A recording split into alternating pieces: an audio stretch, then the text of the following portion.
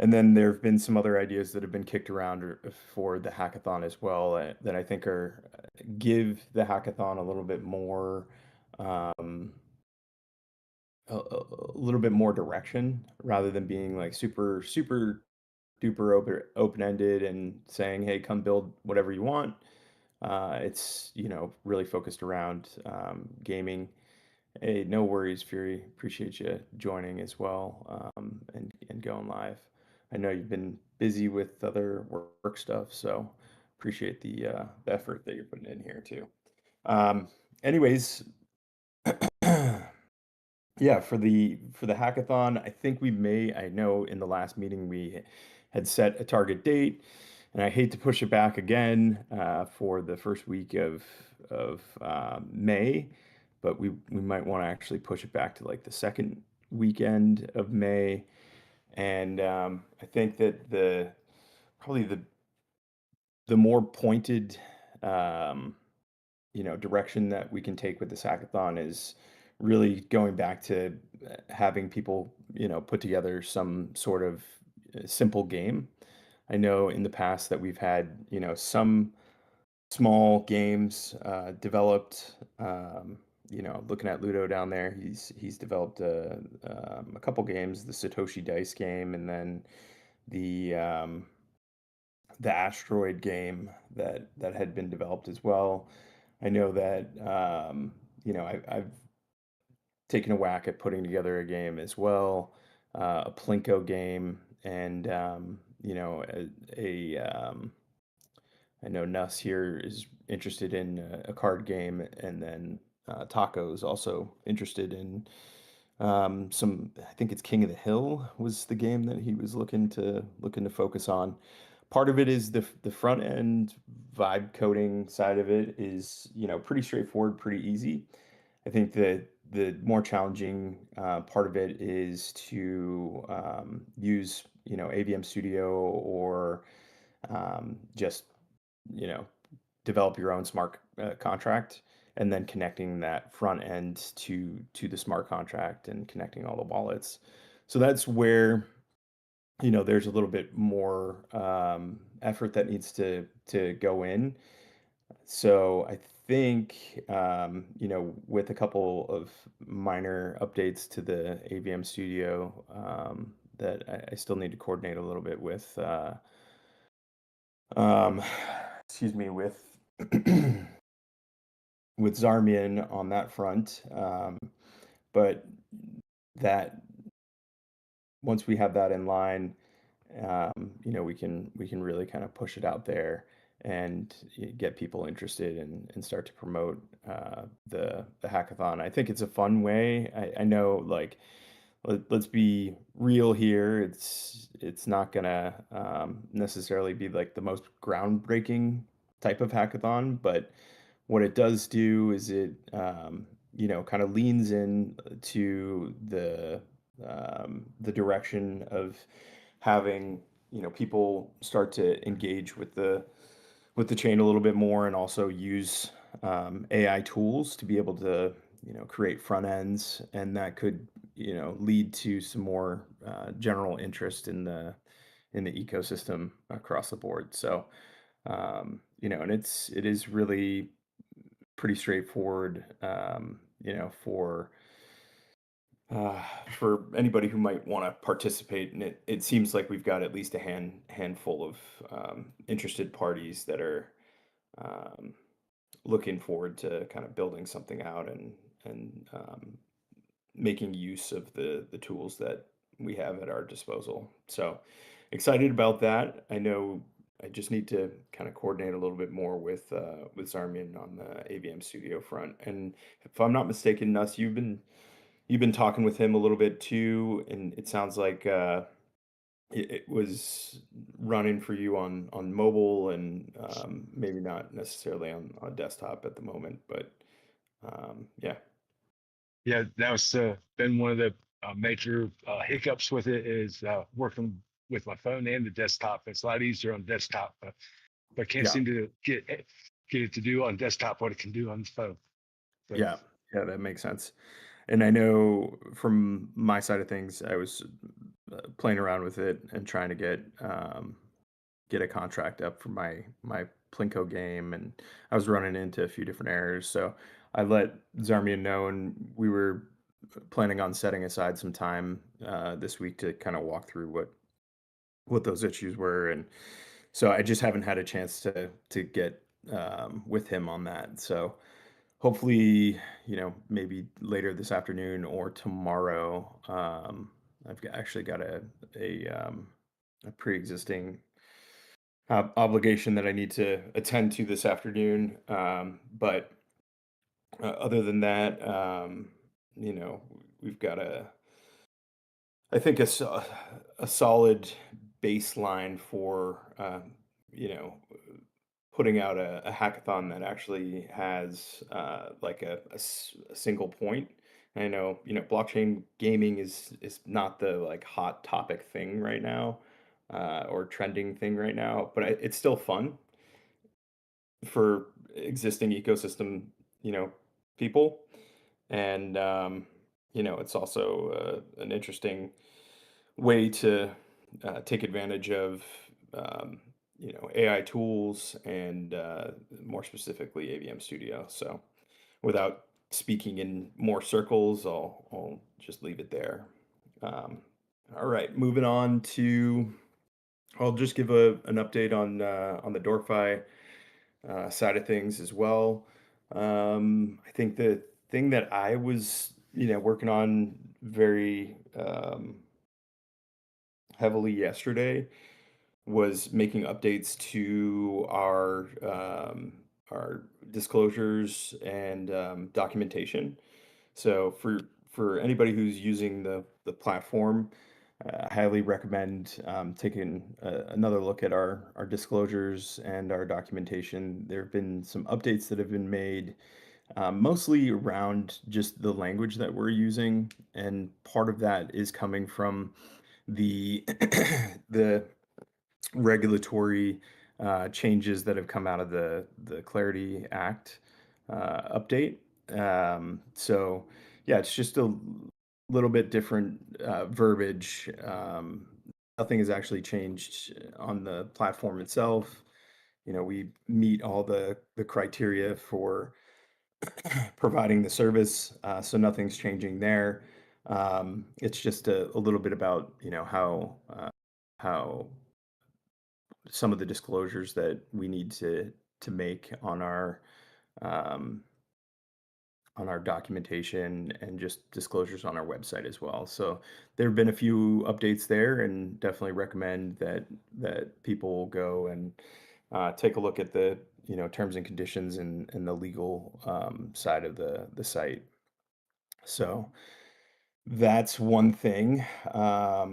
What else? We've been working on, some additional markets that to be added and included, mostly on the Algorand side, and I should say on the voice side as well. Um, so there'll be some more information. I know Shelly's been hard at work trying to, get some of these additional markets that are, I think, really important for our growth, and also important for our users to start to be able to take advantage of. I won't go into too much detail yet, but just be on the lookout for some additional information that's going to come out about some new markets that I think you guys are all going to appreciate, and will be looking forward to, you know, being able to unlock some additional credit and also earn some additional yield. I should say, earn some additional accrued interest for supplying those assets, rather than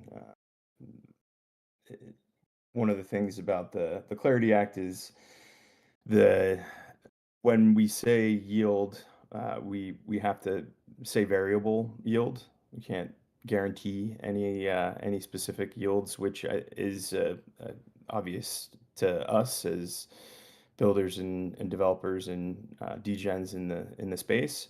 but it might not be so obvious to people who are not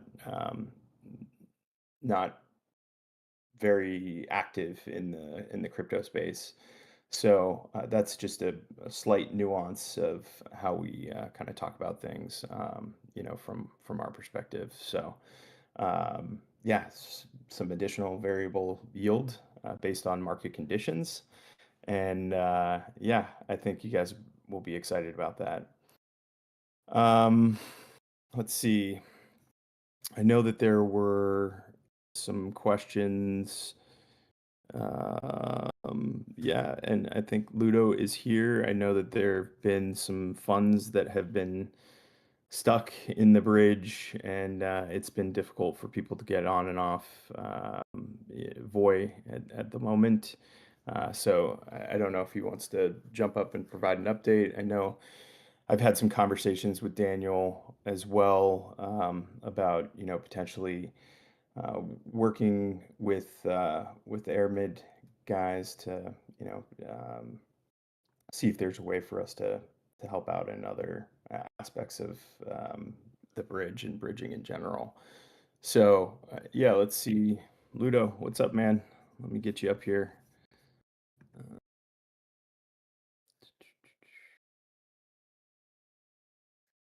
You should be able to join now.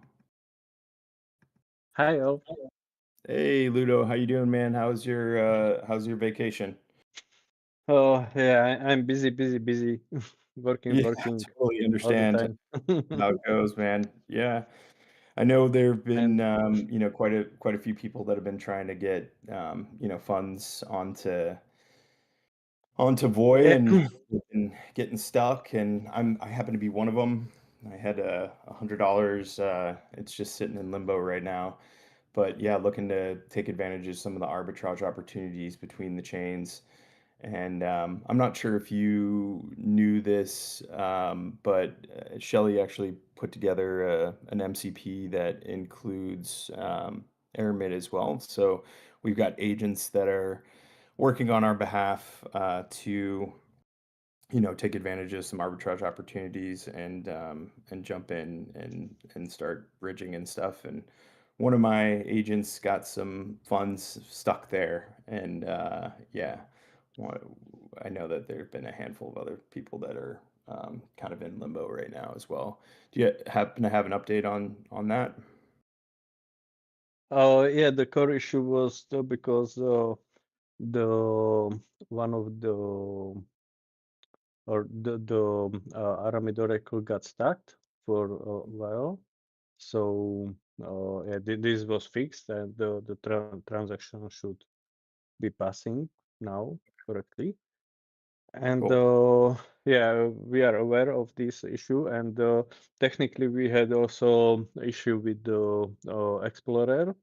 So there is little hiccup with the refunding of the transactions, but the Explorer is already up and running. But still there is some issue with Explorer, so we need to resolve this first. But yeah, oh, yeah. We will refund the transactions or pass the transaction to the other side Okay. ASAP. Awesome. Do you have a timeline or anything that I can share with folks? Because I've had quite a few people in my DMs asking me about it, and a lot of noise happening about it as well. Yeah, I hope everything will be resolved in the coming days. Okay, So, oh, sounds yeah. good. I'll pass that information along, and I'm sure you've had some conversations with Daniel as well. But yeah, we should, have a get together at some point to maybe outside of this meeting, just to kind of talk about how we might be able to jump in and help out from the DoorFi side of things. Mm, yeah. I just want to bring some confidence into the bridge because, like, the worst case scenario is that the funds get stuck. Like Right. we really want to make sure that when we do the manual release of the funds, we do not do like double spending. So Mhm. this is the root issue why this may take a little longer in edge case scenarios. Okay. Cool. Okay, and Awesome.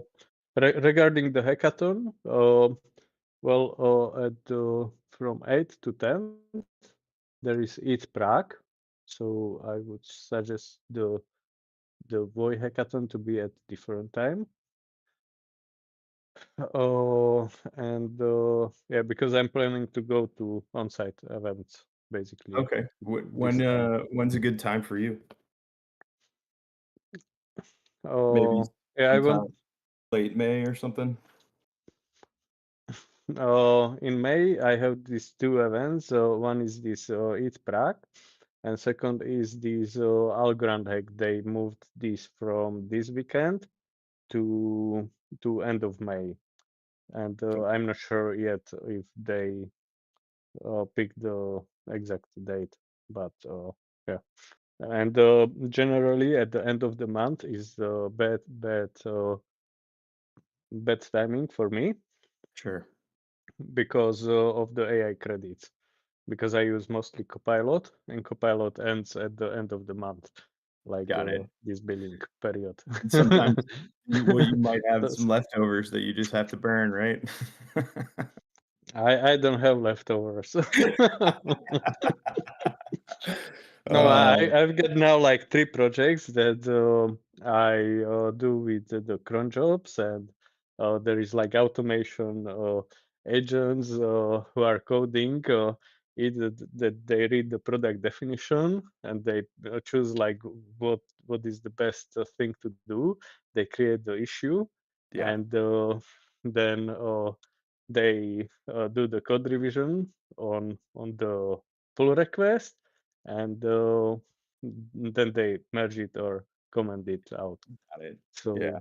So Well, I yeah, still, regardless of, the availability, I still need to coordinate a little bit tighter with Zarmian just because his participation is important because it's pretty much the centerpiece of what we're working on with the AVM studio and trying to um, use that as one of the criteria. It's not an absolute requirement, but it is something that folks that are a little less technically savvy, the people like myself and us that can do front end stuff, but are not so great at the smart contract development.